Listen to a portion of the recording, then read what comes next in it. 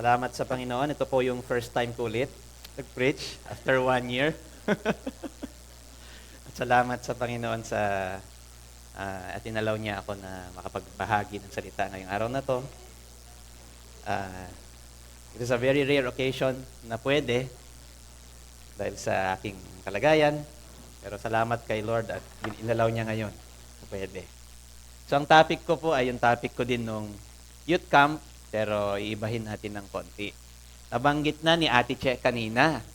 The whole creation, sabi ni Ate Che, nagpupuri sa Panginoon. So the question, does God exist? I am sure 100% alam nyo na yung sagot dyan. Siguro masashock ako pag may sasagot pa, hindi siya nag-exist. So does God exist? Actually, according to Romans chapter 1, verse 19 to 20, since what may be known about God is plain to them, because God has made it plain to them, for since the creation of the world's God's invisible qualities, His eternal power and divine nature have been clearly seen, being understood from what has been made, so that people are without excuse. So wala na po tayong excuse para hindi pa maniwala sa Panginoon. Ang excuse na lang natin is, gusto nating excuse rather, is for although they knew God, they neither glorified Him as God nor gave thanks to Him. But their thinking became futile and their foolish hearts were darkened.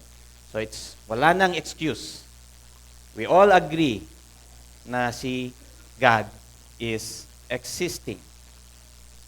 Now, yung i-discussion natin ngayon is just an additional knowledge para sa atin, para ma-feed yung ating defense sa ating faith. Kasi kung minsan, yung mga kabataan, yung mga anak natin, pag nagtanong sa atin, hindi natin maiintindihan paano sumagot sa kanila. Kasi we are not ready, we are not equipped, hindi tayo na-inform. No? On the other hand, yung secular world, yung mga atheists, they are very busy, very active sila. Pansinin ninyo, sa lahat ng social media, nandyan sila trying to disprove God. Yung mga anak natin, we do not know kung saan sila nag-scroll. Sinisingit lahat yung mga information na yan to disprove yung existence ni God. Kaya yung mga kabataan, yung mga bata, nako-confuse sila. Kasi pag tinanong nila yung magulang, hindi alam sagutin nung magulang yung topic na yun, yung issue na yun, lalo na sa nakikita nila sa social media. So yun yung gagawin natin ngayon. Okay? So idadagdag natin yun sa ating kaalaman. Ang tawag doon ay apologetics. Naririnig nyo na yan kila pastor. Diba? Naririnig nyo na yan na napipreach dito. It is a systematic intellectual defense of the Christian faith derived from the Greek word apologia, meaning a formal defense or answer. It aims to provide rational reasons. So, kung titignan ninyo, nakalagay doon, it makes sense. Sabi niya. No? So, rational. Hindi mo sasabihin sa anak mo, ay, basta totoo ang Diyos. Maniwala ko hindi, basta totoo siya. Hindi. Makiki-converse ka sa Kanya. Ipapaintindi mo paano naging totoo. May rational thinking kang gagamitin. So, it will remove objections to Christianity and strengthens believers' faith, typically using scripture, logic, science, and historical evidences. So gumagamit tayo ng apologetics to inform, to teach our children. Yun ang gagamitin natin. Ginagamit ng mga Christian yan. Ngayon, ito yung mga common issues na na-encounter natin. Na-discuss ko na din, nakita niyo na rin yan last year actually. No? Yung issue ng moon. Bakit kaya may moon? Para saan yung moon? No, yung issue ng distant starlight. Kung yung distant starlight is that 8 minutes yung travel ng araw dito, kapag namatay yung araw, for some reason, 8 minutes mo pa malalaman. Okay? So yung stars, nagtataka sila, yung mga malalayong star, ang travel time niya is millions of years. Paano nakarating dito? Ang age of the earth is around 6,000 years lang. So millions of years yung travel time, nakarating dito in just 6,000 years. So those are the problem ng mga Christians din yan na kailangan nilang i-address. Kasi yung mga atheists, they are busy addressing na ang age ng Earth is around 13.8, ang age ng universe is around 13.8 billion years old tayo. No? Contrast sa tinuturo ng Biblia na we are just 6,000 years old. So yan yung problem na yon, isa sa mga major problem yan, yung distant starlights. Another is the dinosaurs. Ilang taon na ba ang mga dinosaurs? Diba? Sabi nila, 65 million years. Diba? Pag napanood nyo yung Jurassic Park, yung mga movies na pinapanood natin, they are very busy na pinifeed tayong lahat, mga anak natin, pinifeed ng dinosaurs na buhay ng millions of years. No? Pero sa salita ng Panginoon, hindi sila millions of years. 6,000 years old lang sila. Kasama sila sa creation. Kasama sila nung create ng Diyos yung mga hayop. Hindi sila nag-exist before noon. Okay? Tapos yung mga iba't ibang uri daw ng tao, mga Neanderthals, Homo, kung ano-anong Homo na yan. Diba? Napakadami niyan. So, sinasabi nila, hindi tayo nagmula sa tao na kagad, galing tayo sa unggoy muna, tapos naging tao tayo. So yan, sinasabi nila, ito yung mga iba't ibang uri ng tao. Pero kung titignan mo yan, mukha naman siyang tao, di ba? Isipin mo ba na ibang uri ng hayop yan? Pag tinignan mo siya, mukha naman siyang tao. Maano lang. Iba lang yung facial features niya. May 0.11% kasi na difference sa DNA ng bawat isang tao. 0.11% lang difference natin. So hindi nagbago yung tulad ng mga hayop na ito, iba ang itsura niya. Tao pa rin ang itsura niya. Okay? So yun ang mga issues ng mga secular, ng atheists, sabi mo na lang. Another issues nila is different stratas. Ibig sabihin, may mga ibang nagdi-discuss sa science, mga science teacher dito, nagdi-discuss yan, may iba-iba daw Triassic period, Cretaceous period, mga ganon-ganon. Diba? Nagdi-discuss yan eh. So sabi nila, millions of years yung layering yan, kaya nabuo yan, pero sa Biblia, nung Noah's flood lang lahat yan, tapos lahat yan. Solve na kagad ang problema mo. So, namumblema ang science community na i-prove yan. Pero sa Bible, parang isang verse lang, tapos na. So, na-explain na niya, ano? So, yan po yung mga common na issues natin na kailangan din nating alamin i-address. Iba pa dyan is yung human eye, very complex ang human eye natin. Paano siya nakaka-absorb ng light? At bakit sa spectrum, napakalaki ng spectrum ng pwede niyang makita, mga radiation, nakikita niya supposedly, pero may napakaliit lang doon na nakikita ng eye natin, kaya na-appreciate natin yung beauty ng colors. Very complex yung pagkakagawa at kung paano yun napupunta sa brain, yung information na yun. Yung Miller-Urey na experiment, which is this one, trinay nilang i-produce yung protein from elements na nag-e-exist sa mundo. So, in millions of years, sabi nila, mapoproduce yung protein na magpoproduce ng life, pero hindi nila na-achieve yun. And then, yung second law of thermodynamics, na kung saan, which is yun pala yun, hindi ma-animate from chemicals yung protein, yung living cell. And then, the information system, which was discussed, yun yung diniscuss last year, kung naaalala nyo pa, saan galing yung information na yung palaka, magiging palaka siya. Kasi pag blender mo yung palaka, lahat ng parts ng palaka nandun, pero hindi siya buhay. Correct? So sinong nagsabi na pag pinagtagpi-tagpi mo lahat ng ganyan, buhay yung palaka? Yun yung information. Saan galing yung information na yon? Creator lang ang pwedeng panggalingan nun. Okay? And then the bombardier beetle, yan yung bombardier beetle, pansinin nyo, kinain nung palaka, pero niluwa niya kasi nag-produce siya ng, yun, napakainit. Very hot, very, very hot na chemical. 2 chemicals pinaghalo niya, nasisinit yung kakain sa kanya. Mismong mga evolutionists and atheists, ina-admit nila na imposible yan sa evolution. Kaya yan ang pinakapangbato ng mga Christian minsan. Ginagamit nila yung bombardier beetle. Kasi yung dalawang chemical na nasa katawan niya, pag isa lang dun ang nag-evolve, mamamatay siya. Pag yung kabila, mamamatay siya. Pag konti lang yung isa, sasabog siya. So, very complicated. Dapat sabay-sabay na na-create yung bombardier beetle na yan. Yung mutation naman, na-discuss din yan last year, tsaka solar system and ATP systems, yan yung mga motor na cell. Alam nyo ba na may living cells na nagpa-function as motors? May mga motor sila, pero living sila. Kala natin hindi nag-exist yung ganun. Kala natin kabayo, paa, kamay. Unggoy, kamay, paa para gumalaw, di ba? Joints lang, hindi pwedeng gulong. Meron tayong mga living organism sa katawan natin na may motor. May RPM pa, 7,000 RPM ang speed, mabibilis. Okay? Alam din niya umikot-ikot. So, sobrang komplikado, hindi ma-disprove ng science na nag-evolve yung mga yun. Hindi nila ma-prove na evolution galing yun. Okay? So, ito naman is the combinatorial inflation na tinatawag. In-introduce yan ni Stephen Meyer, isa siyang mathematician, tsaka philosopher. At kasama natin yan, Christian din siya. Pinoprove niya ang existence ni God.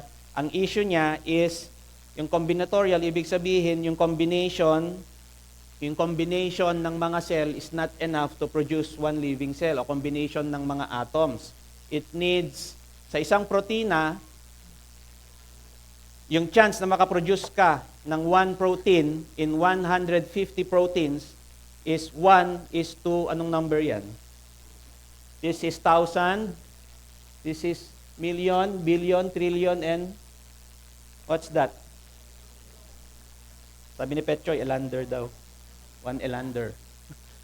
Di ba? Kailangan mo ngayon, para makaproduce ka ng life by chance, para ma-prove natin na 13.8 billion years tayo, by chance lang tayo lumabas. Lagi sinasabi ni Pastor, hindi tayo pwedeng by chance.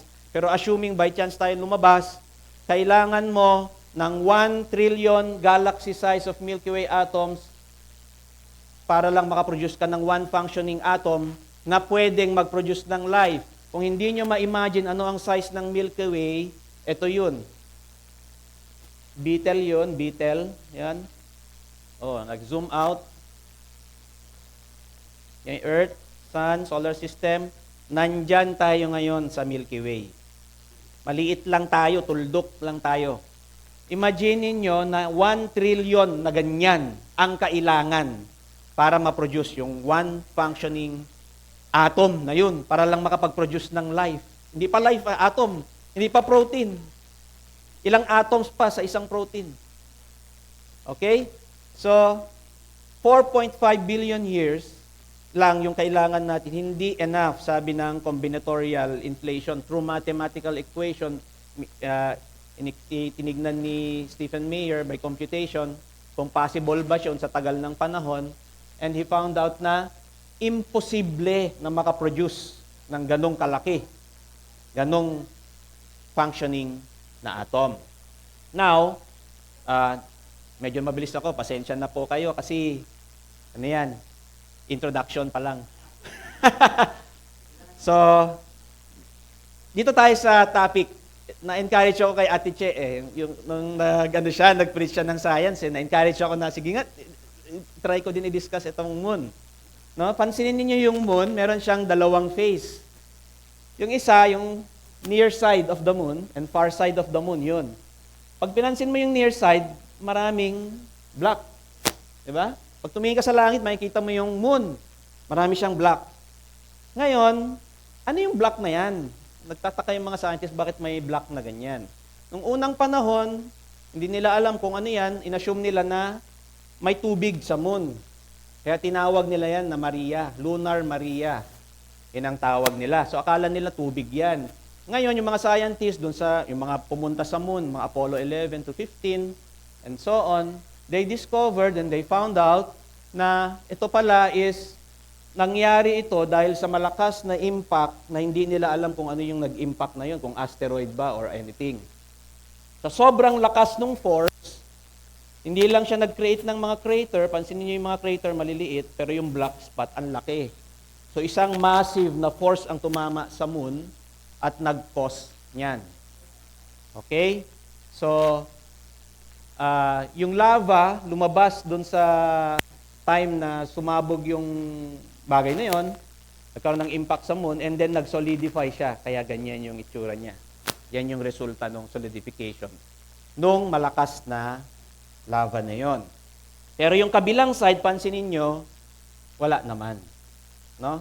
Bakit kaya? Kasi yung moon, pagpapansinin mo, very unique yung moon natin. Wala ng ibang moon na ganyan sa solar system. Sa solar system natin. Masyadong malaki yung ratio niya. Ang ratio ng Earth is ganyan, yung moon is 25% ang size. Walang ganun na moon sa ibang solar system.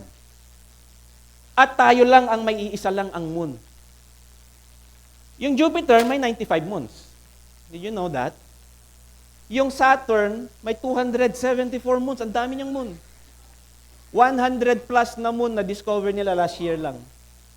100 plus na moon.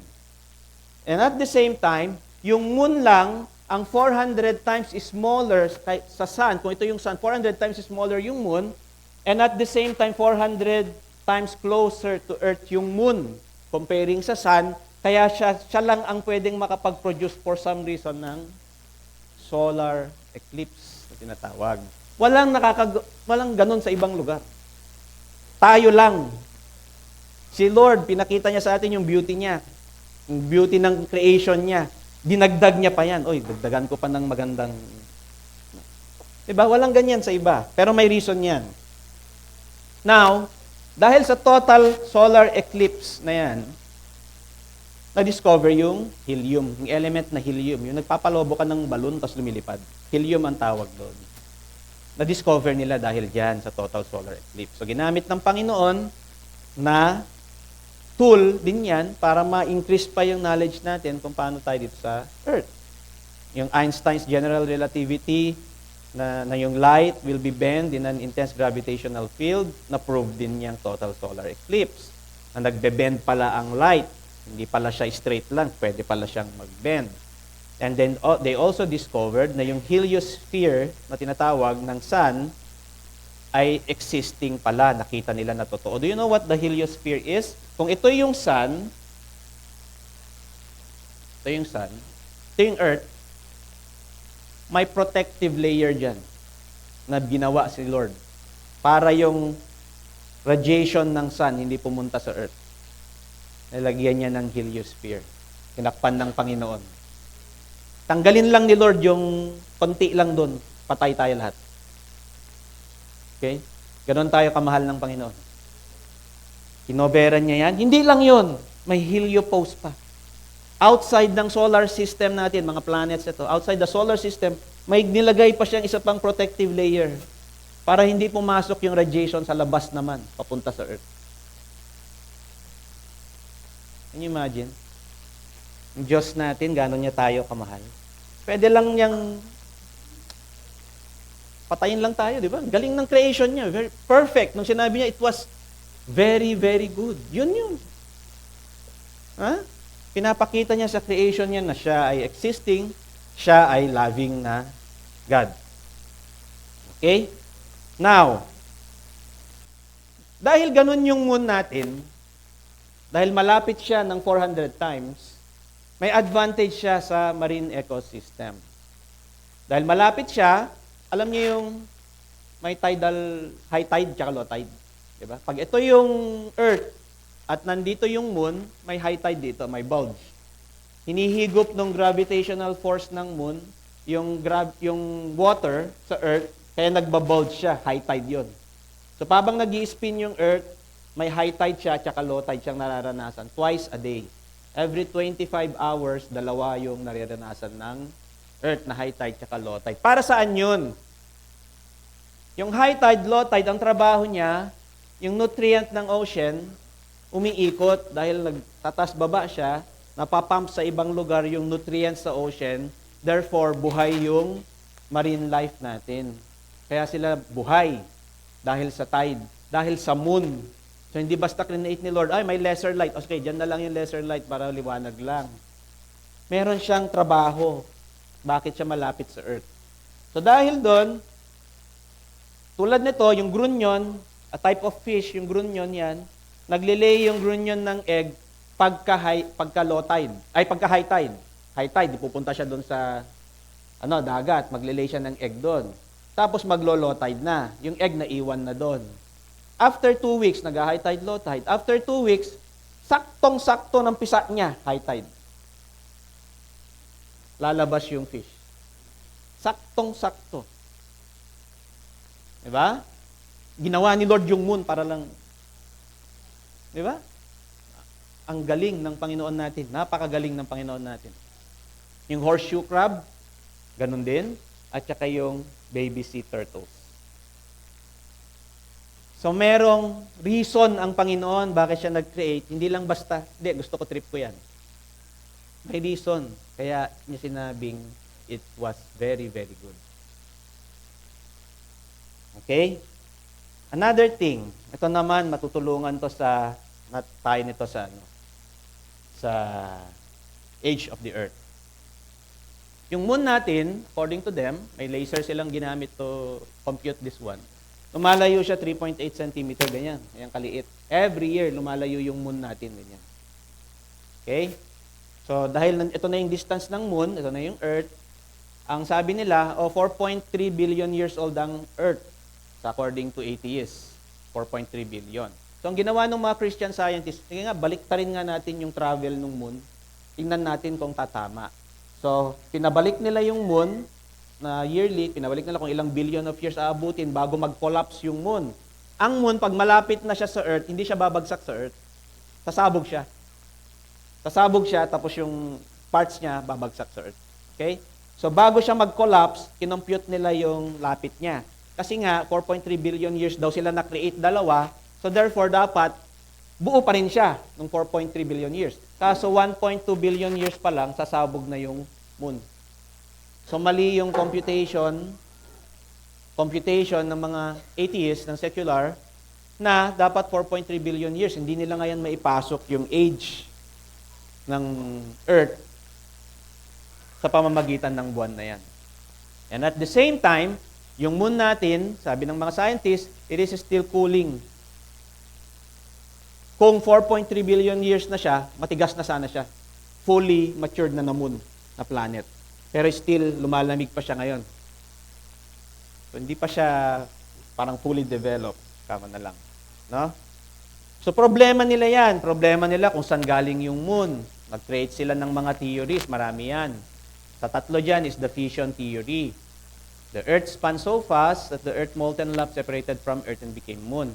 So sobrang ikot daw nung habang nakikreate yung Earth, sobrang lakas ng spin, lumabas ngayon yung mundo sa creation at nagsama sila. But the problem there is yung elements ng nasa moon wala sa Earth. May mga elements siya ng pagkakaiba, so hindi possible 'yon. So tinry nila ulit, capture theory na lang. May isang planeta na nagta-travel na punta sa solar system natin, na-capture ng Earth. For some, by luck, na-capture niya.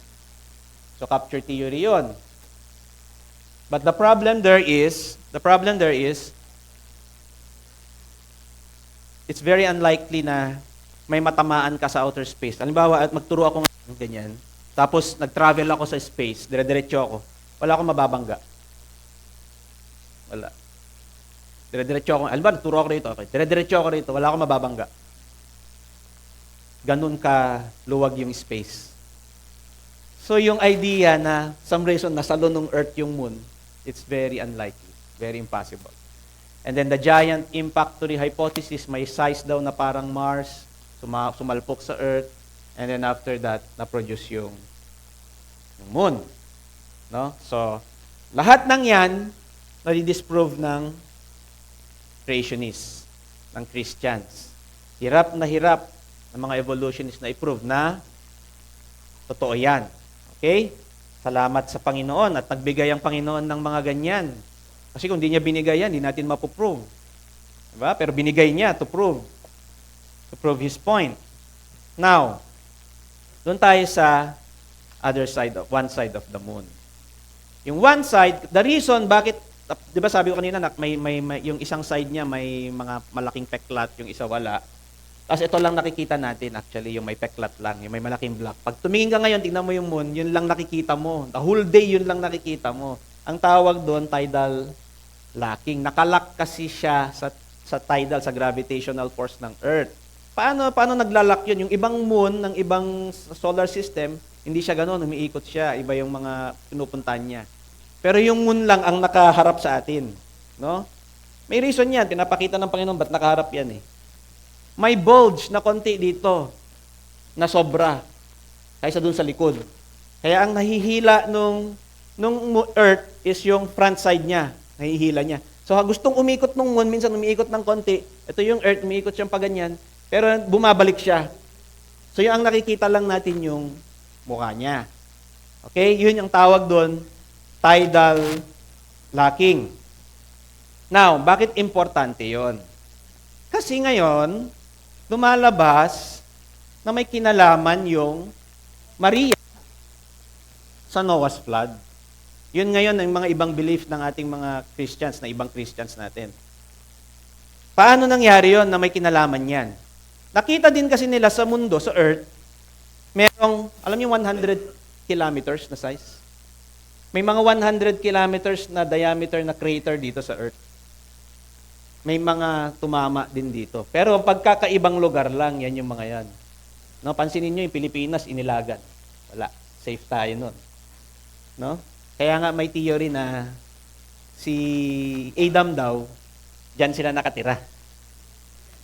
Hanapin nyo, meron yun. May theory na ang unang pinanggalingan ni Adan at ni Eva, ang Garden of Eden ay nasa Pilipinas. Okay.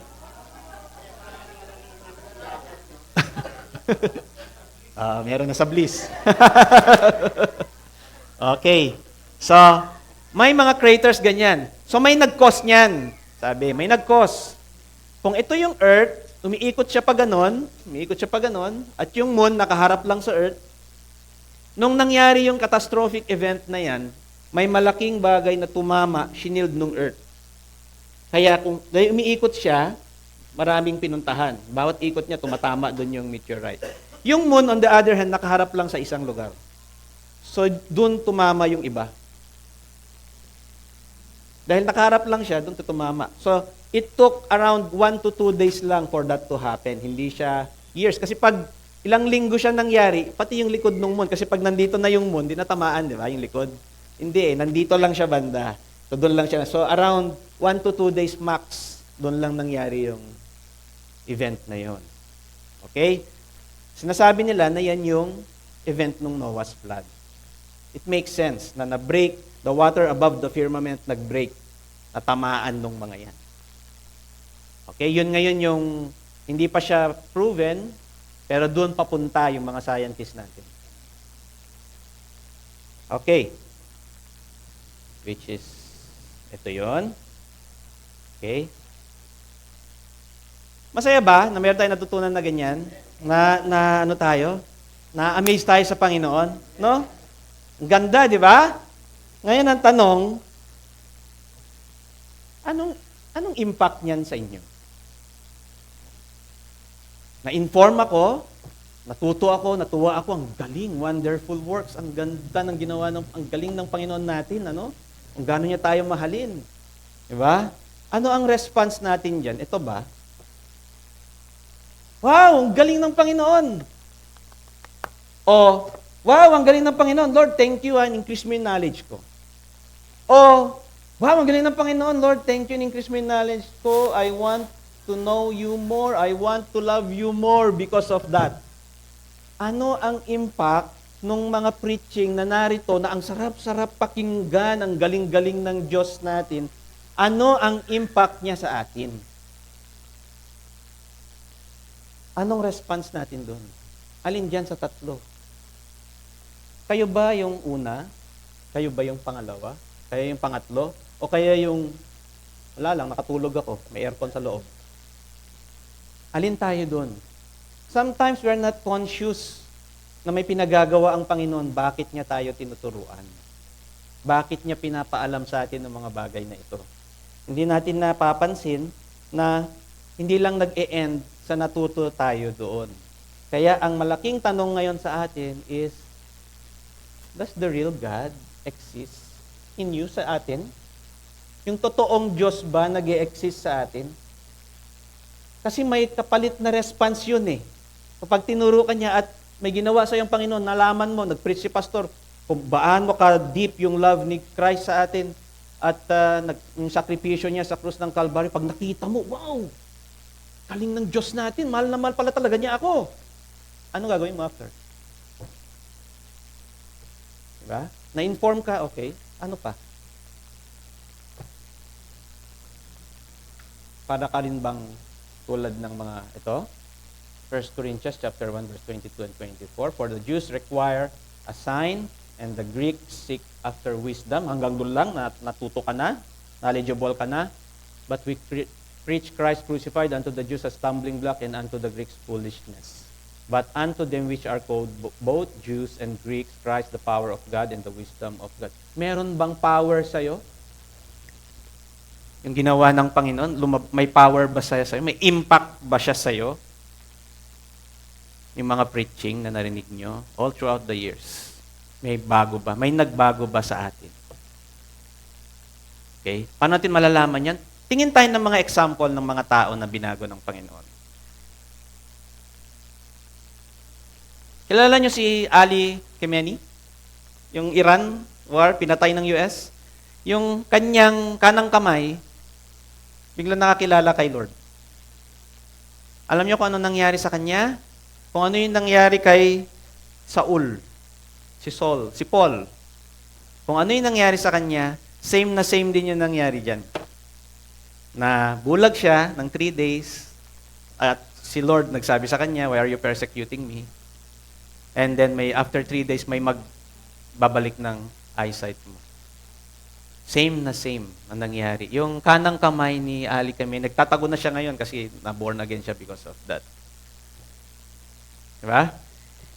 Yung isa, si C.S. Lewis, isang Christian na talagang active, very active siya sa apologetics. Na-convert siya dahil nag-uusap, lagi sila nagkwekwentuhan ng J.R.R. Tolkien tungkol sa myth, mga mythical creatures. Pero very common daw na myth is yung dragon at saka yung knight. Laging naglalaban yung knight at saka dragon, sabi. Tapos nabanggit nitong J.R.R. Tolkien, actually, ang totoong myth si Christ lang eh. Tapos bigla siyang na-curious dun. Nag-aral siya, tinignan niya. So, hindi pa siya na-born again kaagad, naging theist siya. Dati atheist siya, naging theist siya. And then after that, unti-unti na siyang binago ng Panginoon. Then naging active siya doon sa trabaho niya ngayon na mag-preach ng gospel, i-prove yung existence ni God, and so on. Mario Joseph, yung former imam. Ito, mapakikita nyo sa YouTube to. Sabi niya, 4 na beses ko lang nabasa yung pangalan ni Muhammad sa Quran. At 25 times kong nabasa yung pangalan ni Jesus Christ sa Quran. Para namang it doesn't add up na yung 4 lang beses na banggit sa Quran, siya yung pinaka-Diyos. Samantalang si Jesus Christ, 25 times binanggit. So dahil doon, pinursu niya yung truth, inaral niya, at na-convert siya. No? Kinonvert siya ng Panginoon. Si Nabil Qureshi, kung kilala niyo to, alam niyo na patay na siya because of cancer. Nagkasakit siya ng cancer na hindi siya pinagaling ng Panginoon. May video pa nga siya, last post niya na nagpaalam siya na sinabi niya, gusto pa rin niyang gumaling, pero after that, kinuha na siya ni Lord. Nung kinuha ba si Nabil Qureshi ni Lord, namatay siya. Pinatay siya talaga. Naghirap pa ba? Hindi na, di ba? Ang saya na ng buhay niya ngayon nung kinuha siya ni Lord. Nilipat na siya sa bagong katawan na kasama ni Jesucristo. Sama na niya. Yeah. So na-convert siya dahil dito sa David na friend niya, na Kristiyano yung David na yon. Tapos everyday nag-atatalo sila kung totoo ba si God at yun ba ang dapat Diyos natin, hindi si Allah. Nagdi-discuss sila. Nagde-debate sila. Nung college pa lang sila, hanggang graduate sila, nagkatrabaho, naging mag-roommate pa sila para araw-araw silang makapag-debate. Hanggang sa mismo siya, natanong niya na-question niya yung Quran na book. At si Lord ang nag-convert sa kanya sa pamamagitan ni David. Naging active participant din siya ngayon na i-disprove yung Quran. Pansinin niyo yung word na ginagamit natin. Si Lee Strobel, former atheist, yung asawa niya na-convert, sabi niya, kamalas-malasan ng buhay ko. Naka-convert pa yung asawa ko. So ano siya? Investigador siya. Yung galing ng Bible, imagine na prove ng Bible yung sarili niya, na defend ng Bible yung sarili niya without doing anything. Sa future na galing ng science sa investigation, kaya niya pa rin i-prove. Na-prove niya yung sarili niya. na truth siya. No, hindi nagkulang ang salita ng Panginoon, ano? Yun ang sinasabi ng Panginoon dito, hindi kulang yung salita niya. You don't need additional information para ma-convince ka lang na sapat na yung sinabi ng Panginoon. Rosaria Butterfield, lesbian yan, political activist, yun namang trabaho niya. Teaching children to hate the Bible. Yun ang pinaka-goal niya, to teach children to hate the Bible. No? Pero binago pa rin siya ng Panginoon because yung pastor na friend na tumausap sa kanya, hindi siya tinigilan. Binibisita siya sa bahay niya, kahit na galit siya, kahit na inaano na niya, tinataboy na niya. Nagtiyaga pa rin yung pastor na yun. Eventually, sabi niya, sa LGBT, yung pala sa LGBT, hindi pala sila yung tulungan. Kanya-kanya pala sila. Basta wag mo akong apihin dun sa kung anong meron ako. Safe tayo. Cool tayo. Pero hindi sila tulungan. Nagulat siya kasi yung pastor, talagang dedicated siya na puntahan. 'Di ba? Oh.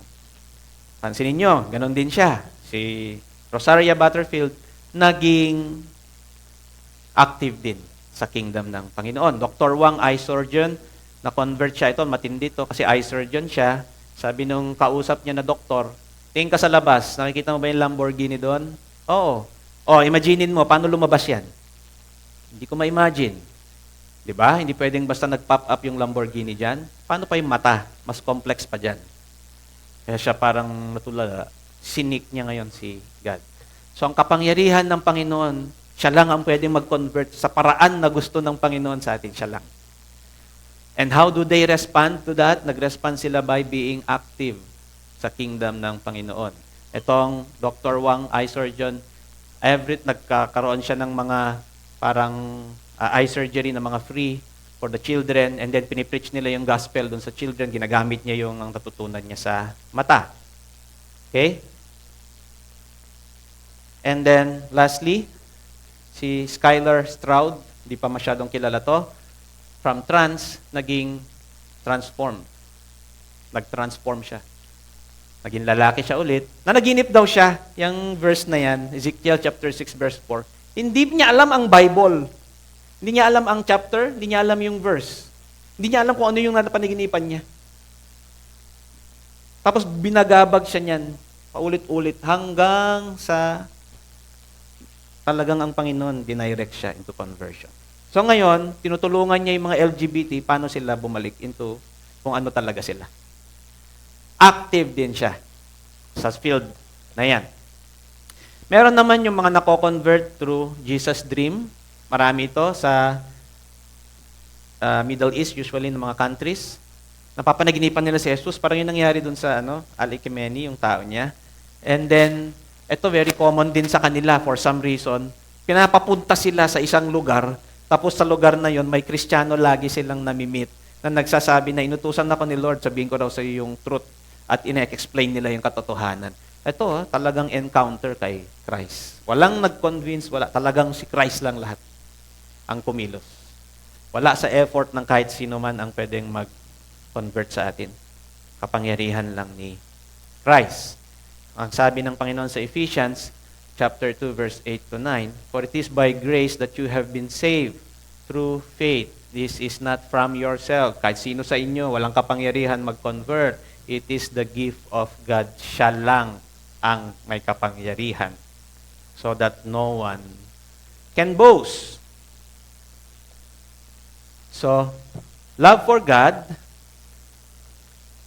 Pansinin nyo yung kanina, yung mga binanggit kong mga tao, naging active participants sila sa kingdom ng Panginoon. Diba? May mga trabaho yung mga yun, ha? Pero yung time nila, dinededicate nila kay Lord. May trabaho sila, nagkakasakit sila, pagod sila, may anak sila, may pamilya sila, may mamamatay silang magulang, and so on. Pero lahat sila, once na nakilala nila si Christ, tinawag sila ng Panginoon, ang initial response na bago ang kanilang buhay, love na nila ang Panginoon dahil doon. Pinalago ng Panginoon sila sa talino, sa wisdom, lalo nilang minahal ang Panginoon. So love for God is not meant to be vague or purely emotional. Na feel mo yung love ng Panginoon tapos pag uwi mo ng bahay, okay, tapos na. Para kung nanood ng Korean novela, wipe the tears, tapos okay na. It grows out knowing who God truly is. Many Christians, they say they love God, but their understanding of Him can be shallow or shaped by assumptions rather than Scriptures. His point is simple but demanding. You can't deeply love what you barely know. Do you want to love God more? Know Him more? Read His words more? Seek Him more? Diba? Para lalo mo siyang mahalin.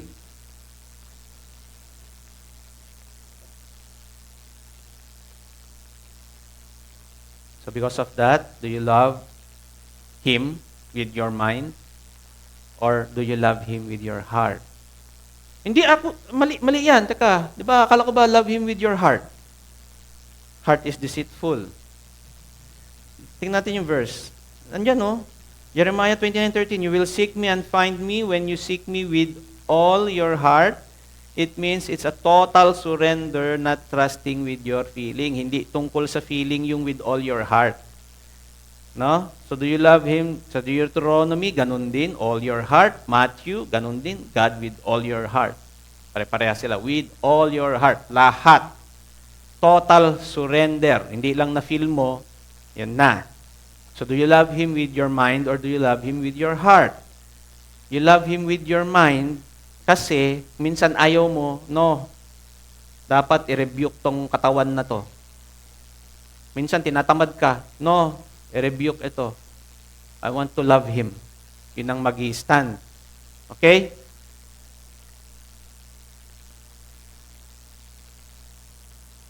So, sabi sa Titus 1:16, they claim to know God. Oh, siyempre, attend din ng church. Alam niya si Lord, totoo si Lord. They claim, I know God, but their actions, they deny Him. Diba? Natuto tayo, dami nating nalaman, sumali tayo sa kung ano-anong activity, but our actions deny Him. They are detestable, disobedient, and unfit for doing anything good. Diba? So pag nilagay natin sa ating mga sarili to, mag-post kayo ngayon, huwag kayong magturo. Kayo lang, ako, tingnan ko. Which God? Sino dyan yung totoong Diyos sa akin? Malamang, proud tayong lahat pag tinignan natin. Wala dyan. Hindi yan yung Diyos ko, totoong Diyos. Hindi ganyan. Hindi basketballista ang Diyos ko, tsaka hindi siya doktor lang. Diba? Alam natin yan. Hindi rin mga kung ano-anong Diyos dyan na nakalagay. May mga classes pa sila, Esther and so on. Hindi yan ang Diyos ko. Na-preach yan sa church lagi, napipreach yan eh. Diba? Every Sunday eh. Sure ako na hindi yan. Kung yan kayo, good. Meron na tayong bits, pieces of information na alam natin na hindi yan ang Diyos. Amen?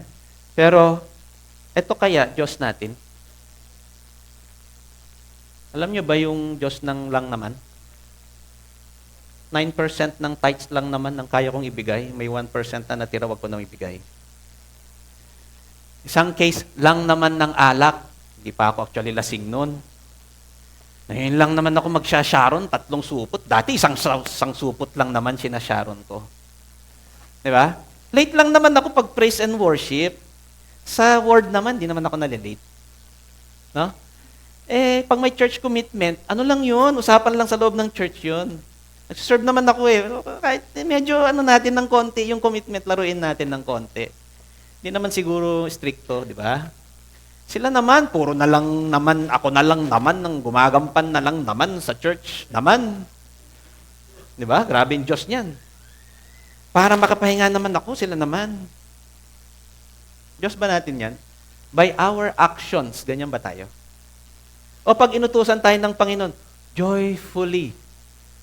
Lord, thank you, inutusan mo ako, sasama mo ako sa activity na ganito sa loob ng church.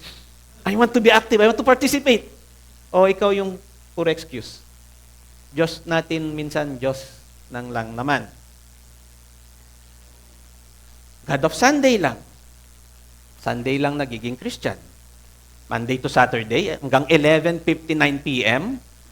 Okay pa magmura, okay pa mag-green jokes, mag-ikot ng plato sa pagkainan, puwera usog, okay pa rin sabihin yan. Okay pa mag-away ang asawa. Diba? Or Sunday lang magbabasa ng Bible, sa loob pa ng church nagbasa, during ng service, hindi pa nakinig ng service, nagbasa dun. Yan ba yung Diyos natin? Sunday? By our actions, yan ba? Okay. God of material blessing. Lavish na pera, pumapasok. Kaya, lavish din yung love ni God. Diba? Pero pag hindi na lavish yung pera, hindi niya siguro ako love.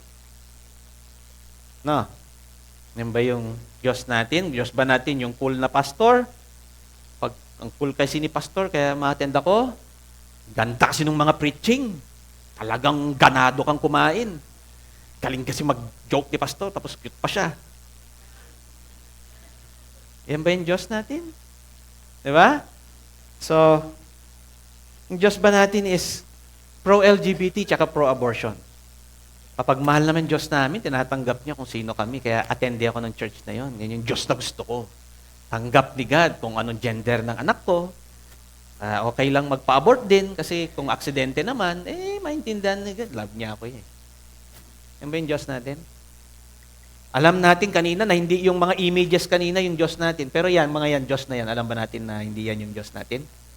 Tingnan nga natin kung sick natin ng ating mga sarili. To, paborito to ng mga ibang Christians eh. Diba? Laging sinasabi, busy sila. Pero pansin mo, dami nilang picture sa Facebook. Diba? Pag family gathering, outing, may paraan yan. Makaka-attend tayo dyan.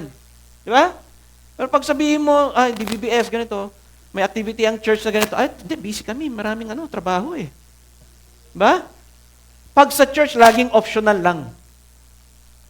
Pansinin nyo, option lang pag church service, pero laging nasa listahan yung bakasyon. Kasi yun na lang yung stress reliever namin eh. Yun na lang, alam mo naman, exhausted kami sa work, ang daming trabaho. Diba? So, yan ba yung Diyos natin? Busy kami? Diba? Diyos ng emotion. Sana emotion yan, diba? Pero hindi, emotional. Masyadong emotional. Pag magandang gising, punta ng church, babasa. Pag feel niyang attend siya. Pag feel niyang magbasa siya. Pag feel malungkot, wala yung Holy Spirit, hindi niya nafe-feel, hindi yan a-attend. Pag nafe-feel niyang guilty siya, hindi siya a-attend. Pag feel niya mag-tights, magta-tights siya. Diba? Maganda yung mga songs sa church, active siya, singer siya. Pag hindi maganda, boring, wag na. Diba? Yung actions natin, it speaks. Kaya natin binanggit kanina yung parable of the great banquet. Kasi alam, yung tinawag ng Diyos dyan mga Christians yun eh. Tapos nagtawag sila sa labas, di ba, yung servant? Tapos nung nagtawag siya sa labas, marami pang space. Ibig sabihin, ang daming trabaho sa loob ng kingdom ng Panginoon. Ang daming trabaho na pwede, na para sa mga Christians, na masishare nila yung glory ni Christ, yung happiness ni Christ, yung joy ni Christ. Pero anong ginagawa ng mga Christians? Ayun, dami nilang Diyos na sinasamba na iba. Ang daming excuses. Wala yung joy. Masaya lang siya kapag napansin siya o siya yung bida in front. Pag hindi na siya bida, ayoko na sumali dyan. Di ba? Ganun tayo yung minsan. Kaya nilagay ng Panginoon yan eh. Imagine niyo Matthew 25 verse 23. His master replied, "Well done, good and faithful servant. You have been faithful with a few things. I will put you in charge of many things. Come and share your master's happiness." Diba? Kapag ikaw, wala yung joy sa heart mo na mag-serve kay Lord, pag narinig mo to, anong sasabihin mo? Ako na naman.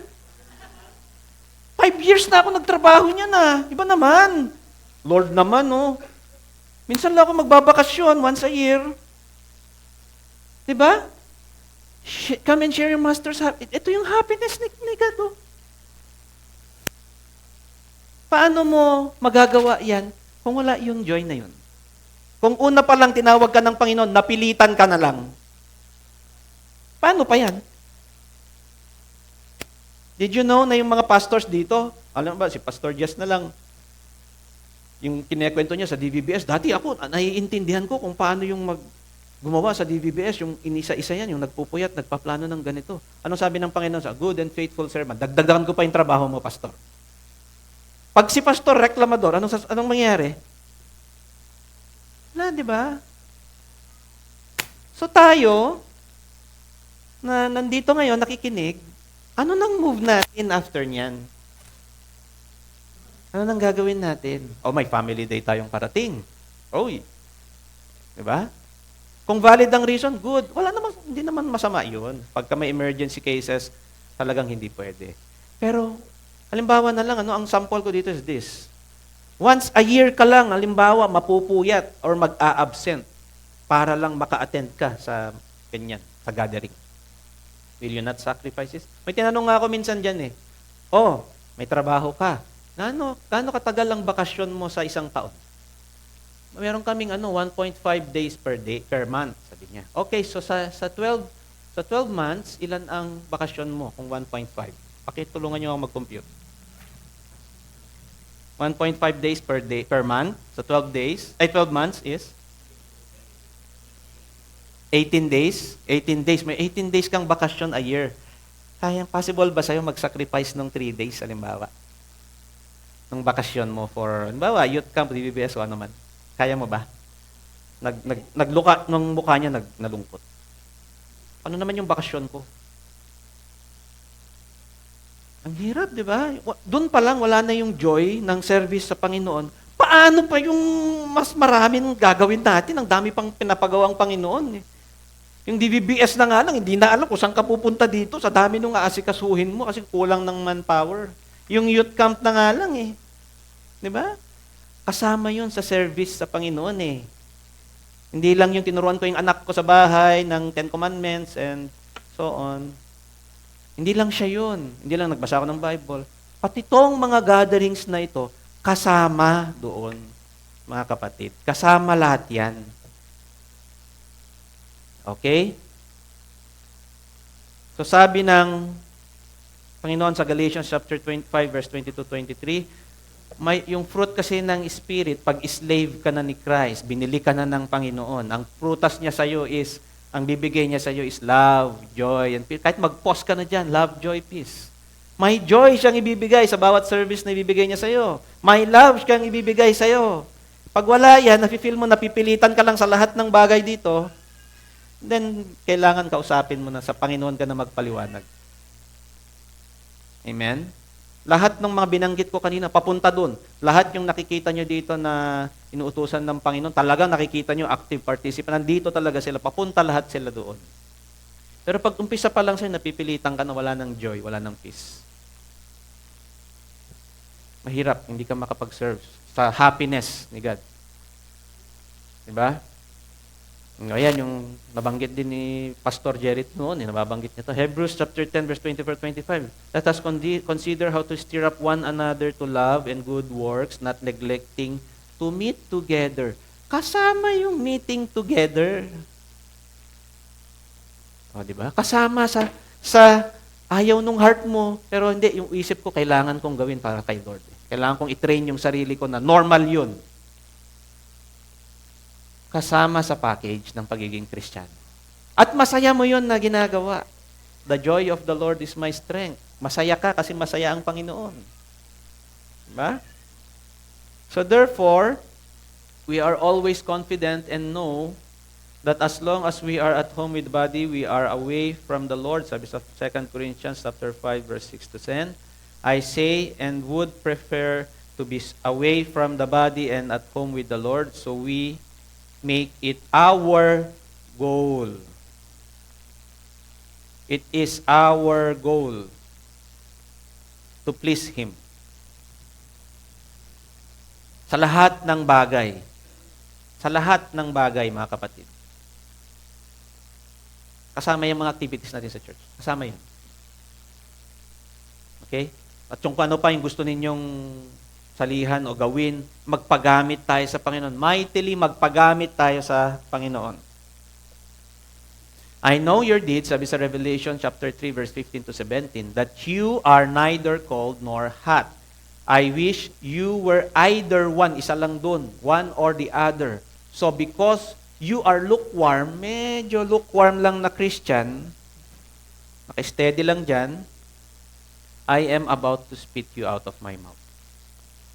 You say, Lord, I am rich. I have acquired wealth and do not need a thing. Wala nang kailangan, Lord. But you do not realize that you are wretched, pitiful, poor, blind, and naked. Tutulog-tulog tayo, lukewarm Christians tayo, neutral ground lagi, ayaw gawin yung pinapagawa ng Panginoon, ayaw makihalubilo, ayaw sumali, ayaw lahat. Gusto lang niya, attende lang siya. Baka pantayan natin, baka napunta na tayo sa lukewarm. Wag na lang, sabi ng Diyos. I'm going to spit you out of my mouth. Because we have different gifts, sabi sa Romans chapter 12, verse 6 to 13. According to the grace given to each of us. Pansinin natin dun sa unang statement. We have different gifts. Hindi niya sinabi na, some of you do not have gifts. Kaya okay lang na dyan lang kayo. We have different gifts. Lahat tayo meron. According to the grace given to each of us, if your gift is prophesying, then prophesy in accordance with your faith. If it is serving, then serve. Diba? If it is teaching, then teach. If it is encouragement, then encourage. If it is giving, then give. Tingnan nyo, pansinin nyo, sinabi If it is giving, then give, tuldok. Give generously. Makakapagbigay ka ba generously kung wala kang joy? Diba hindi? To give generously, may joy sa heart mo na gusto mong ibigay yun. Diba? Kaya nga, gamit na gamit yung havila. Sorry, nabanggit na ako. Havila. Generously. You give generously. Masaya kang ginagawa yun. If it is to lead, then do it diligently. If it is to show mercy, then do it cheerfully. Diba? May joy. Kaya ako tinanong kanina, anong response ninyo nung nalaman niyo yung truth kay Christ? Ang response ba natin is, thank you Lord, okay, nalaman ko. Good job Lord, ganda ng preaching. Ganun ba? O ang response natin, Lord, wow, gusto ko magtrabaho sa kingdom ng Panginoon. Lord, kailan? Hindi naman lahat magtrabaho kayo. May kanya-kanya tayong gift eh. So, hanapin niyo yung sarili niyo, saan kayo. Pero hindi pwedeng wala. We have different gifts. So, love must be sincere, yung katuloy nun. Hate what is evil. Cling to what is good. Be devoted to one another in love. Honor one another above yourself. Never be lacking in zeal. I-specify natin dyan yung zeal. Intense enthusiasm. Passionate dedication. Eager desire, particularly in pursuit of a cause, goal, or activity. Not lacking in zeal, sabi ng Panginoon. Huwag niyong hayaan na maging emosyonal kayo, tulad kanina, na yun na ang makapekto ng zeal ninyo. Iluhod natin sa Panginoon kung naapektuhan tayo. And then, Lord, tulungan mo ako. Ito yung nahihina ako dito. Gusto ko pa rin. May zeal pa din. But keep your spiritual fervor serving the Lord. Lord, be joyful in hope, patient in affliction, faithful in prayer, share with the Lord's people who are in need, practice hospitality. Without joy, without love dun sa work ng Panginoon, without passion sa pinapagawa ng Panginoon, will you do all those things? No. Those are just waste of time for you.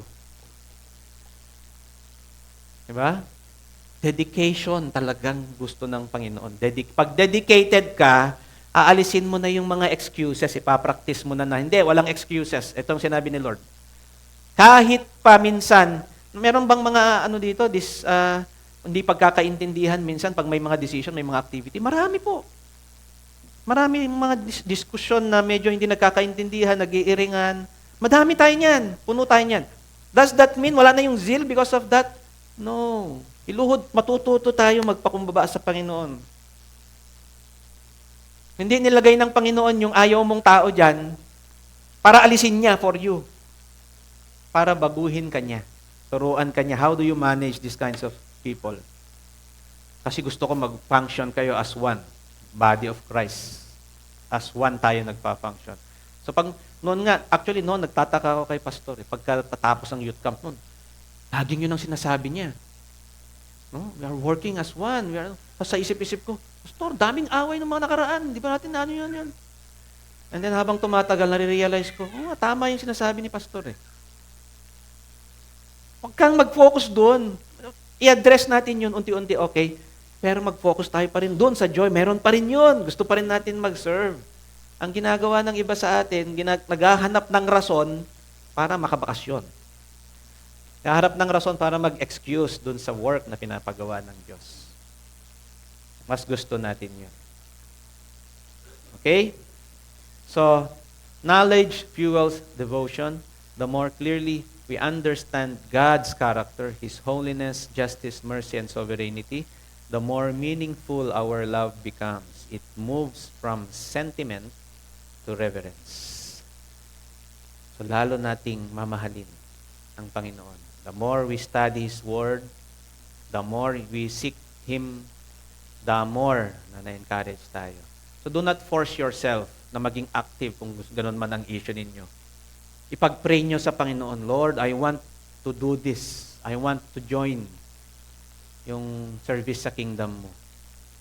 No? Huwag mong persahin yung sarili mo dyan, hindi gagana yan. Manalangin ka, luhod mo sa Panginoon, siya ang magbibigay ng opportunity sa iyo. In due time, pag meron na yung opportunity, huwag ka nang kung ano-anong Diyos pa yung ihaharap mo sa binigay ng Panginoon.